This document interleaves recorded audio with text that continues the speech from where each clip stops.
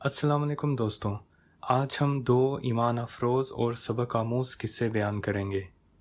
Video में आगे बढ़ने से पहले आपसे गुजारिश है कि वीडियो के नीचे दिए गए सब्सक्राइब बटन और बेल आइकन को क्लिक करें ताकि आपको हमारी वीडियोस बर वक्त मिलती रहें। अगर आपको हमारी वीडियोस पसंद आएं तो लाइक और शेयर कीजिए और कमेंट करके अपनी राय का इजहार ज़रूर कीजिएगा। दोस्तों, पहला किस्सा सब्र व शुक्र पर है। ये एक बहुत ही मुख्तसर किस्सा है लेकिन बहुत ही ईमान अफरोज़ और सबक आमूज़ है।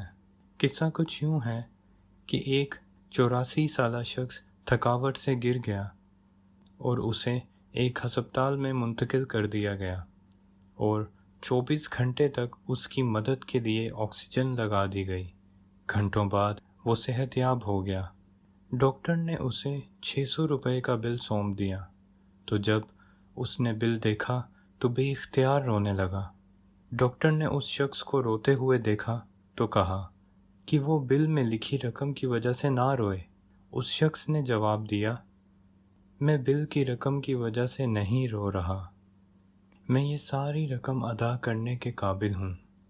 मैं सिर्फ इसलिए रो रहा हूँ क्योंकि ऑक्सीजन के सिर्फ 24 घंटों के इस्तेमाल के लिए मुझे 600 रुपये अदा करना पड़ रहे हैं, जबकि मैं 84 सालों से अल्लाह की अता करदा ताज़ा हवा में सांस ले रहा हूँ और मैंने कभी भी कुछ अदा नहीं किया, यहाँ तक कि सही तरीके से उसका कभी शुक्र अदा भी नहीं किया। डॉक्टर, क्या आप जानते हैं कि मैं उसका कितना मकरूज़ हूँ?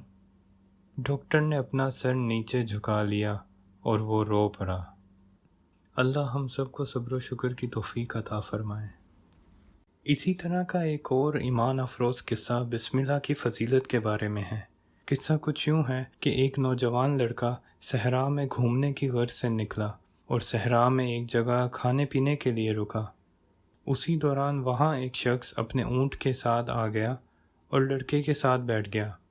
ये शख्स काफ़ी उम्र का मालूम होता था, लेकिन जिस तरह वो ऊँट पर चढ़ता उतरता और सामान लादता, उसकी इस फुर्ती और तंदुरुस्ती से मुतासिर होकर नौजवान लड़के ने बेइख्तियार उस बुज़ुर्ग शख्स से पूछ लिया कि माशाल्लाह बाबा जी, आप इस उम्र में भी काफ़ी तंदुरुस्त हैं, मुझे भी कुछ नसीहत करें कि मैं ऐसा क्या खाया करूं कि आपकी उम्र में पहुंचकर मैं भी ऐसे ही तंदुरुस्त और मजबूत रहूं।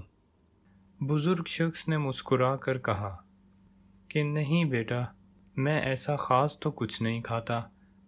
हाँ, एक काम बाकायदगी से करता हूँ और उसको करने में कभी भूल या कोताही नहीं करता। नौजवान ने पूछा, और वो क्या काम है बाबा जी? बुज़ुर्ग ने कहा, बेटा, मैं खाने पीने से पहले बिस्मिल्लाह ज़रूर पढ़ता हूँ। नौजवान ने थोड़ी दबी आवाज़ में खुद से कहा, बिस्मिल्लाह? यूँ मालूम होता था कि जैसे वो शर्मिंदा है। बुज़ुर्ग ने कहा, हाँ बेटा, बिस्मिल्लाह।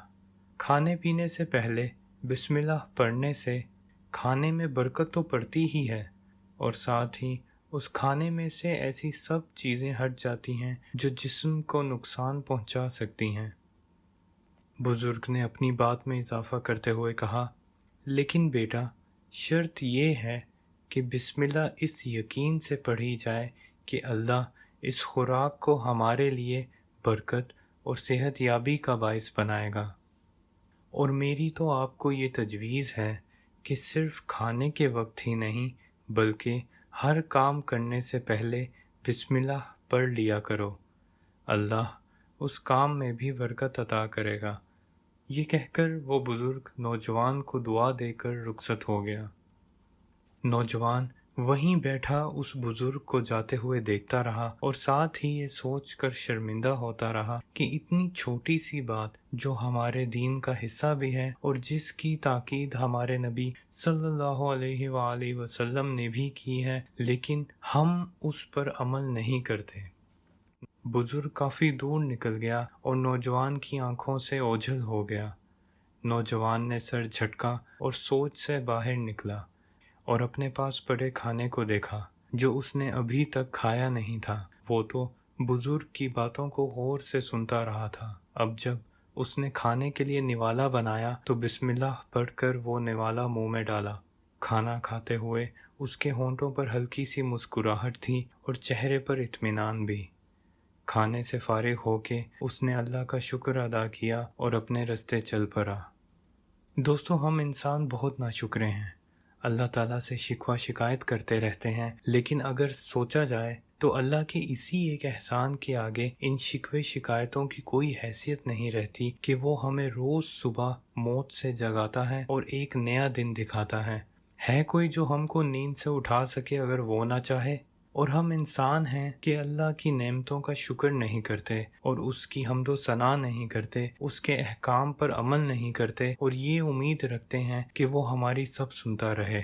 دوستوں، اگر ہم اپنے ارد گرد غور سے دیکھیں تو یہ ہوا، پانی، زمین و آسمان، پہاڑ، پیڑ پودے، چرند پرند، یہ سب اللہ کی نعمتیں ہیں جن سے ہم فیض حاصل کرتے ہیں۔ یہ اللہ کا ہم پر بہت بڑا احسان ہے کہ اس نے ہم کو اشرف المخلوقات بنایا، ہمیں سوچنے سمجھنے، دیکھنے بولنے، چلنے پھرنے کی صلاحیتیں دیں۔ ہم اس کے ان احسانات اور نعمتوں کو جھٹلا نہیں سکتے۔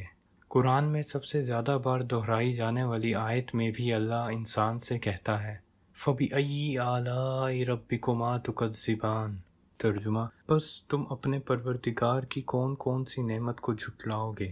اللہ ہم سب کو اپنی نعمتوں کا شکر کرنے والوں میں سے بنائے اور ہم سب کو اپنے فرما بردار بندوں کی فہرست میں شامل کرے، آمین۔ فی امان اللہ۔ آپ سے گزارش ہے کہ ویڈیو کے نیچے دیے گئے سبسکرائب بٹن اور بیل آئیکن کو کلک کریں تاکہ آپ کو ہماری ویڈیوز بر وقت ملتی رہیں۔ اگر آپ کو ہماری ویڈیوز پسند آئیں تو لائک اور شیئر کیجیے اور کمنٹ کر کے اپنی رائے کا اظہار ضرور کیجیے گا۔